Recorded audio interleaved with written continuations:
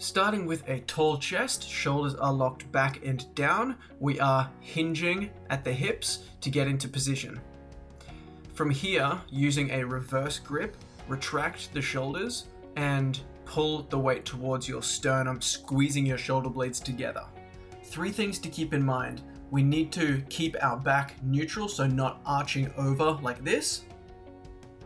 Our starting position needs to always come back to the weights being at our knee level, so not pulling from our mid-thigh like this.